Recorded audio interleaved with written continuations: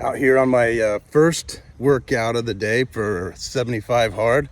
Wanted to talk a little bit about the 5 levels of commitment and resistance.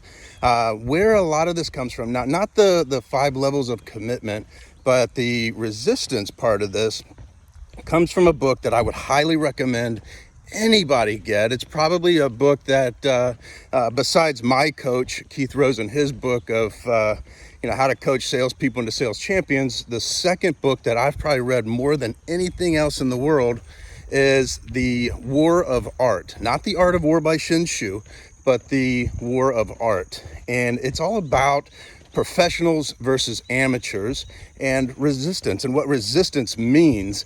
And it's helped me understand what hard work truly is. People think that hard work is digging a hole, and what hard work and what a difference between a professional and an amateur truly is, that book will help you to understand what that means. It's actually written by the author of The Legend of Bagger Vance. So it's very, very cool. But I want to get into the 5 levels of commitment.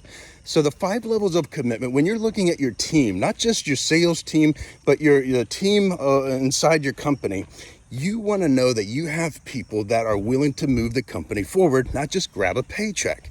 And so the 5 levels of commitment, the first level, we'll say number 5 because we'll go up to number 1. Number 5 is I don't care. Now, if you're watching this isn't for you.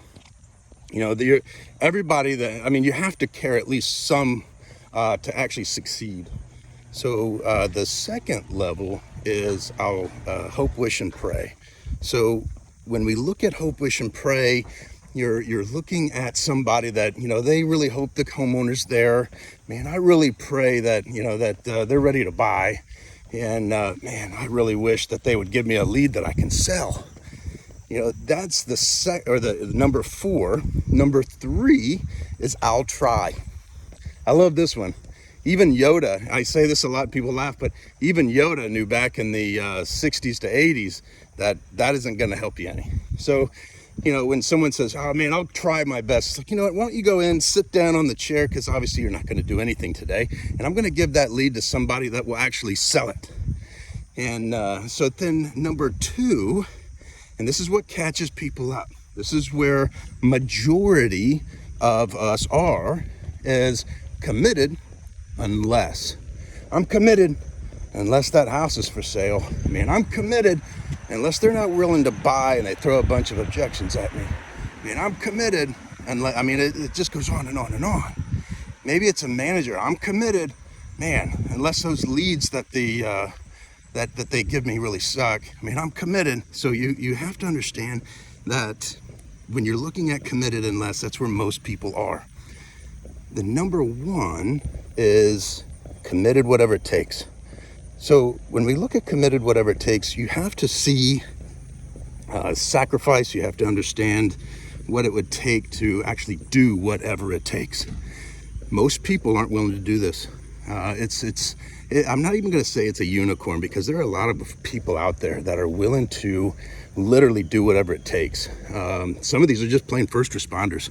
You see the firefighters from 9/11. They're not salespeople, I understand, but they're willing to do whatever it takes. They're running into a fiery building, understanding that they're probably not coming back out of this place. And so that is, when you look at your career and you see that whatever it takes, and you're going to say, hey, I'm going to do whatever it takes. I'm going to line myself up with the firefighters of 9/11. I'm going to run into a fiery building, not even knowing if I'm coming out alive. You have to understand what that means. It has to really resonate with you what committed whatever it takes is. Now, the difference between committed unless and committed whatever it takes is resistance. This is where that book, War of Art, comes in. Resistance. Resistance is the difference between an amateur and a professional. Remember that when you're looking between an amateur and a professional is willing to do whatever it takes. There is a lot of resistance. Resistance are things that maybe just take up your time. Maybe resistance is, it's just stuff that stands in your way. He even used sex as resistance. When you look at a lot of these ball players, you know, they won't have sex for 72 hours before a game because they know that it's going to make their body weak. So that's what you're looking at when we're dealing with resistance.